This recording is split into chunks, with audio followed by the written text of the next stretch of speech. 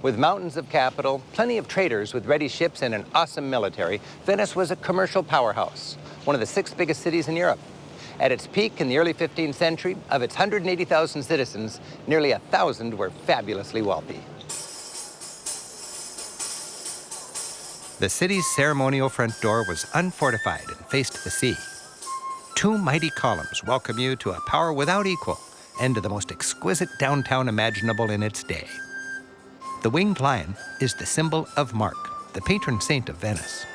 This was the Venetian Republic's religious and political center, St. Mark's Square, or Piazza San Marco, with the Basilica of St. Mark and the Doge's Palace. The Doge's Palace, the ruling center and residence of Venice's Duke, was built to show off the power and wealth of the Republic and to remind visitors that Venice was #1. Its lacy exterior, a distinct blend of East and West, is Venetian Gothic. For 4 centuries, this was the most powerful piece of real estate in Europe. The sprawling palace is a maze of richly decorated rooms. Here in the Doge's lavish apartment, a map illustrates the reach of the Venetian Maritime Empire, which stretched across most of the eastern Mediterranean. While it didn't have vast landholdings, Venice was a mighty trading empire built upon a network of ports and a mastery of the sea. The city was driven by an interest in dominating Mediterranean trade.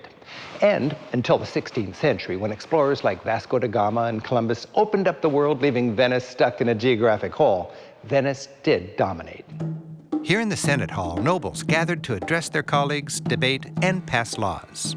Glorious paintings throughout the palace reminded Venetians of their heritage and their divinely ordained greatness.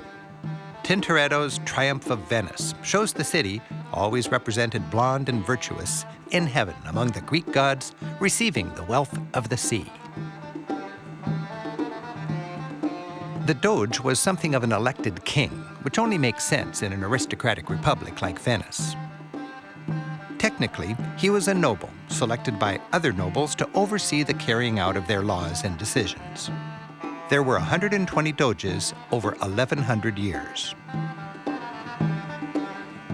The vast Hall of the Great Council could host a meeting of 2,500 nobles. Tintoretto's monsterpiece, Paradise, the largest oil painting anywhere, reminded lawmakers that making wise decisions would ultimately put you in the company of 500 saints. And for further encouragement, the famous Bridge of Sighs led directly from the palace to its infamous prison. According to the Romantic legend, gazing out the window, prisoners tried to enjoy their last view of Venetian beauty, sighed, and were taken to their cell. Opponents of the government were dealt with swiftly and decisively. This prison, with its discouraging bars, held commoners and nobles alike. The great Venetian rogue Casanova did time here. While this prison was considered relatively comfortable in its day, wasting away in here with so much beauty so close must have been a particularly cruel punishment.